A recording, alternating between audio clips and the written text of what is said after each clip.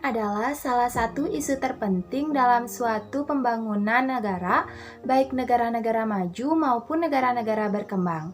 Pengangguran sendiri dapat diartikan sebagai penduduk yang tidak bekerja, tetapi sedang mencari pekerjaan, atau sedang menyusun suatu usaha baru, atau penduduk yang tidak mencari pekerjaan karena merasa tidak mungkin mendapatkan pekerjaan, atau penduduk yang tidak mencari pekerjaan karena mereka sudah diterima bekerja atau memiliki pekerjaan tetapi belum mulai bekerja. Tahu tidak apa saja sebab-sebab terjadinya pengangguran?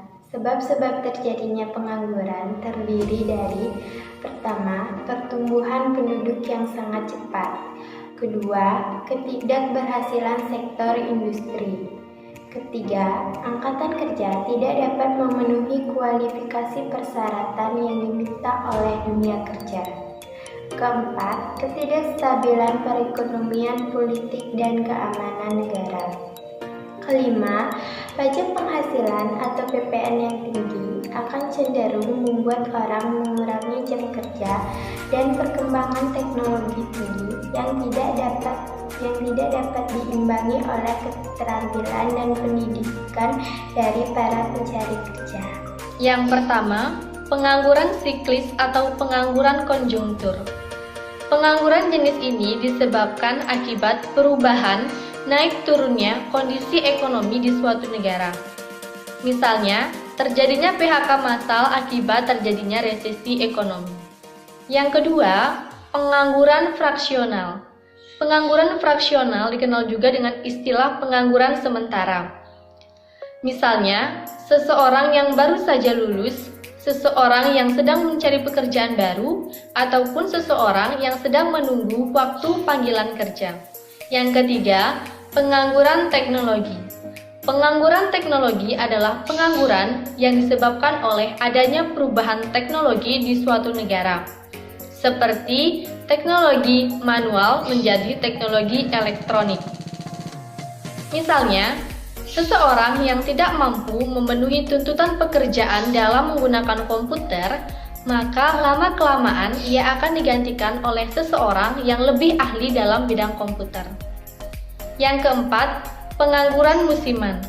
Pengangguran musiman adalah pengangguran yang disebabkan oleh adanya perubahan musim atau kegagalan musim.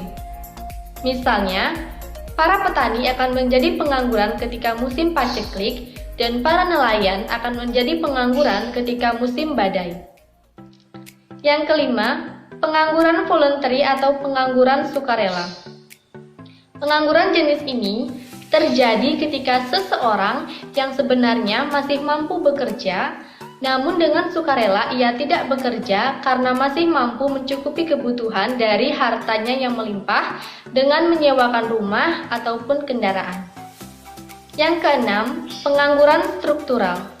Pengangguran struktural adalah pengangguran yang terjadi akibat adanya perubahan dalam sektor ekonomi. Misalnya dari sektor pertanian ke sektor industri. Maka masyarakatnya akan kesulitan menyesuaikan diri dengan perubahan yang terjadi. Pengangguran dapat memberikan dampak negatif terhadap perkembangan suatu negara. Apa saja sih dampak dari pengangguran itu? Berikut adalah dampak dari pengangguran. Yang pertama, permintaan dan penawaran agregatif menurun.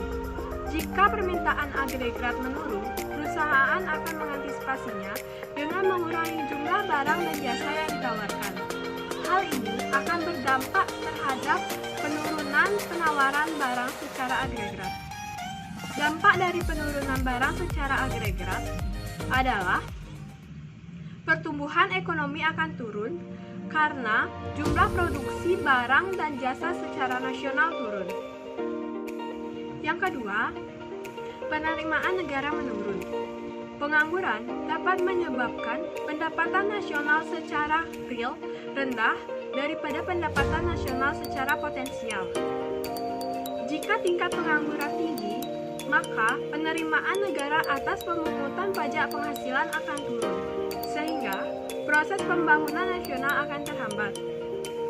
Yang ketiga, tingkat kesejahteraan menurun. Pengangguran adalah orang yang tidak bekerja. ketidakmampuan untuk memenuhi kebutuhan hidupnya dapat menyebabkan orang tidak dapat hidup secara sejahtera. Yang keempat, tingkat kemiskinan meningkat.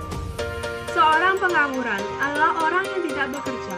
Otomatis mereka tidak dapat memenuhi kebutuhan hidupnya.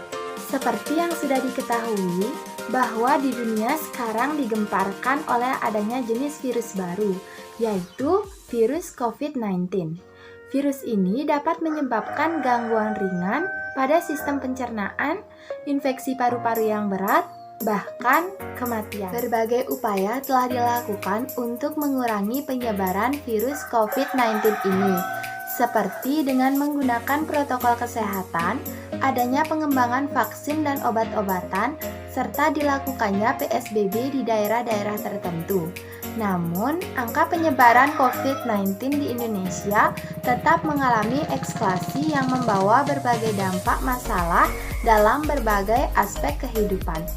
Mulai dari tingkat kemiskinan yang bertambah, kebutuhan pangan yang berkurang, hingga PHK yang dilakukan oleh beberapa instansi pekerjaan terhadap beberapa orang dan pada akhirnya menyebabkan bertambahnya pengangguran. Penyebab pengangguran di masa pandemi ini yaitu kegiatan ekonomi yang banyak harus diberhentikan untuk sementara karena adanya pembatasan sosial untuk menekan laju persebaran virus. Hal ini membuat perusahaan-perusahaan mengurangi kegiatan produksinya karena menurunnya daya beli masyarakat dan perubahan pola konsumsi masyarakat di masa pandemi ini. Karena kegiatan produksi dikurangi, maka perusahaan-perusahaan mau tidak mau mengurangi jumlah tenaga kerja dengan melakukan pemutusan hubungan kerja atau PHK. Orang-orang yang terkena PHK di masa pandemi ini sangat sulit mencari pekerjaan baru. Salah satu alasannya yaitu karena pegawai-pegawai banyak yang di PHK sehingga membuat persaingan semakin.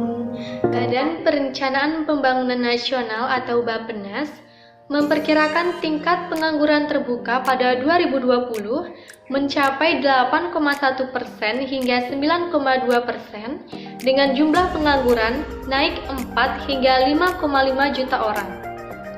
Lebih lanjutnya, pada 2021, TPT diperkirakan akan meningkat mencapai kisaran 7,7% hingga 9,1%. Jumlah pengangguran juga diprediksi akan meningkat, yaitu antara 10,7 hingga 12,7 juta orang. Angka tersebut naik dibandingkan dengan pencatatan jumlah pengangguran pada bulan Februari tahun ini.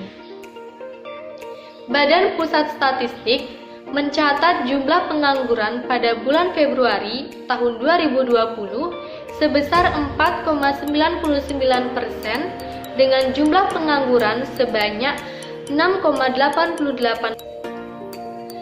Jika prediksi atau perkiraan Bappenas mengenai tingginya tingkat pengangguran pada tahun 2021 terjadi, maka angka tersebut akan menjadi angka terbesar selama 10 tahun terakhir.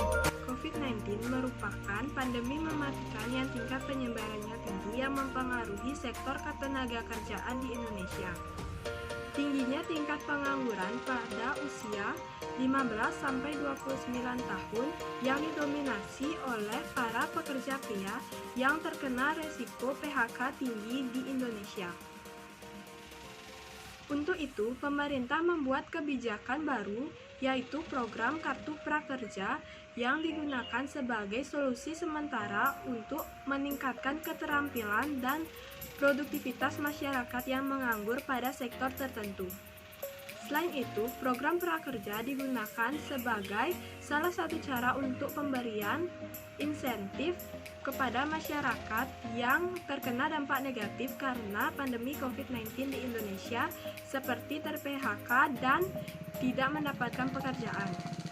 Tujuannya yaitu, setelah masa pandemi COVID-19 ini berakhir, masyarakat dapat mencari dan mendapatkan pekerjaan sesuai dengan keterampilan yang didapatkannya melalui program kerja.